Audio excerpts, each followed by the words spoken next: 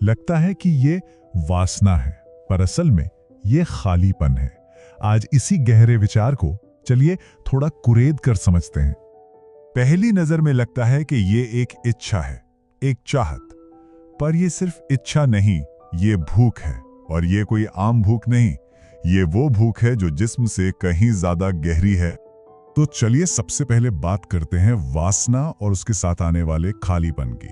ये एक ऐसा साइकिल है, एक ऐसा चक्कर जिसे शायद हम में से कई लोगों ने महसूस किया होगा पर पूरी तरह से समझा नहीं।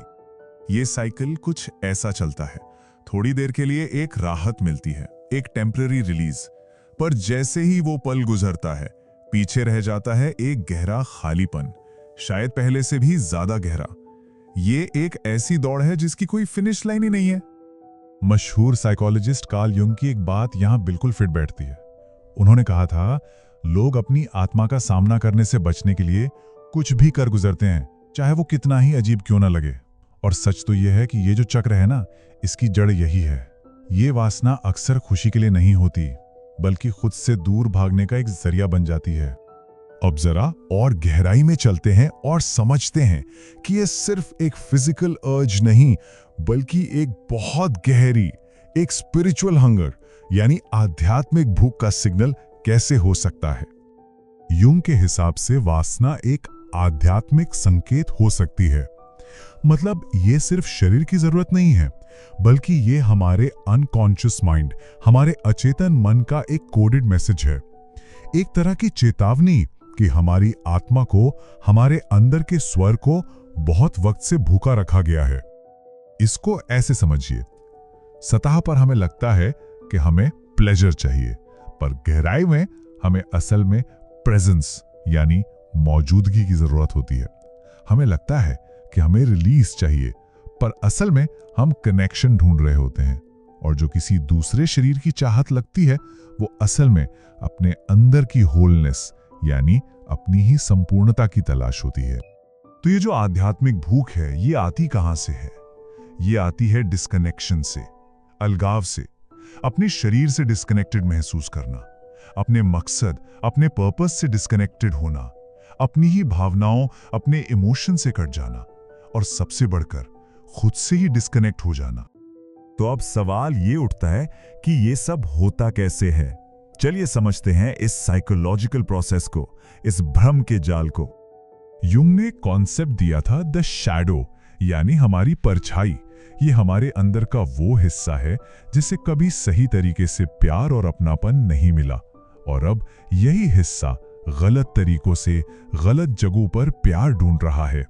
ये हमारे अंदर दबा हुआ अनलव्ड हिस्सा है जो अनजाने में हमारे एक्शंस को कंट्रोल करता है। खासकर पुरुषों के मन में एक और कॉन्सेप्ट है द एनिमा। ये उनके अंदर का फेमिनिन एस्पेक्ट है, उनकी भावनाएं, उनका सरेंडर करने का गुण। जब ये अनकॉन्शियस होता है, दबा हुआ होता है, तो महसूस करने की, सरेंडर करने की या बिना किसी अटैचमेंट के प्यार करने की काबिलियत कमजोर पड़ जाती है। तो बात की जड़ क्या है? बात यह है कि ऐसी हालत में इंसान किसी दूसरे इंसान को देख ही नहीं रहा होता। वो तो बस अपनी अधूरी जरूरतों, अपने दबे हुए दर्द और अपने ही खोए हुए हिस्सों को सामने वाले पर प्रोजेक्ट कर रहा होता है।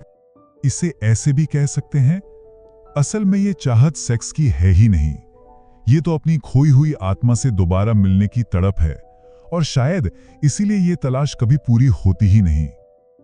लेकिन इस तरह खुद से भागने की असली कीमत क्या चुकानी पड़ती है? चलिए देखते हैं कि साइकिल में फंसे रहने के लॉन्ग टर्म कॉन्सिक्वेंसेस क्या होते हैं। ये एक साइकोलॉजिकल लूप बन जाता है जिसे युंग कॉम्प्लेक्स कहते थे।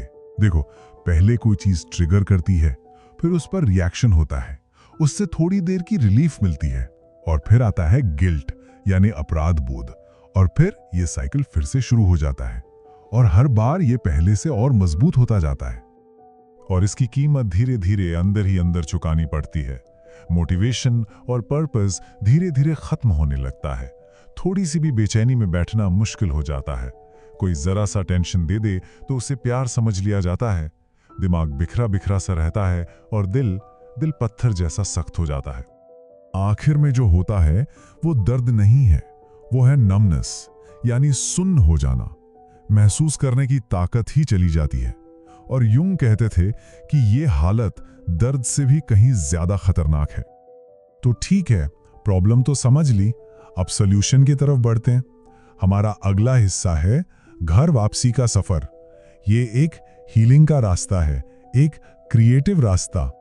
अब यहां जो सबसे जरूरी सवाल पूछना है वो ये नहीं कि मुझे कौन अट्रैक्ट करता है, बल्कि सवाल ये है कि मैंने अपने अंदर के किस हिस्से को बंद कर दिया है।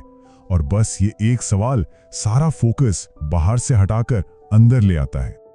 तो खुद से जुड़ने का ये रास्ता कैसा है? इसके कुछ सिंपल से स्टेप्स हैं। पहला, जो भी फीलिंग आ रही है उसके साथ बस बैठो, उस पर एक्ट मत करो, उसे दबाओ भी मत। दूसरा, खुद से पूछो कि ये जो क्रेविंग है ये मुझे क्या दिखाना चाह रही है। और तीसरा, क्रिएटिव कामों से, माइंडफुल कामों से अपने अंदर वापस जुड़ने की कोशिश करो। एक बात याद रखने वाली है, मकसद इस आग को बुझाना नहीं है, मकसद है इसे समझना। ये प्रोसेस खुद को सजा देने या कुछ दबाने का नहीं है, बल्कि ये कॉन्शियसनेस और इंटीग्रेशन यानी चेतना और एकीकरण का है। और जब इस आग का सामना हिम्मत से किया जाता है ना, तो वासना की यही आग ट्रांसफॉर्मेशन की, बदलाव की ताकत बन जाती है। इसमें ग्रोथ की बहुत बड़ी पोटेंशियल छुपी होती है। तो आखिर में सोचने के लिए ये एक सवाल रह जाता है कि ये जो तीव्र इच्छा है ये असल में क्या सिखाने की कोशिश कर रही है। इसका जवाब कहीं बाहर नहीं, वो हर किसी के अपने अंदर ही है, बस सुने जाने का इंतजार कर रहा है।